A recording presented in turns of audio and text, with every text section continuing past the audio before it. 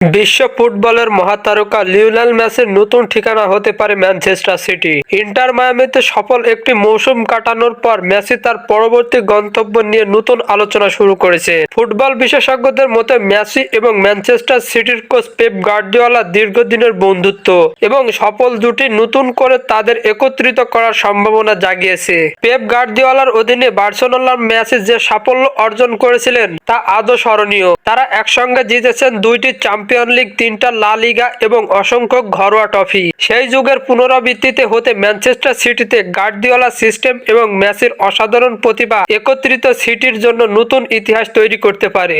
Inter মায়ামিতে Messi তার ক্যারিয়ারের নতুন অধ্যায় শুরু করেছিলেন, যেখানে তিনি নিজের অভিজ্ঞতা এবং দক্ষতা দিয়ে মায়ামিকে আলোচনার কেন্দ্রে নিয়ে এসেছিলেন।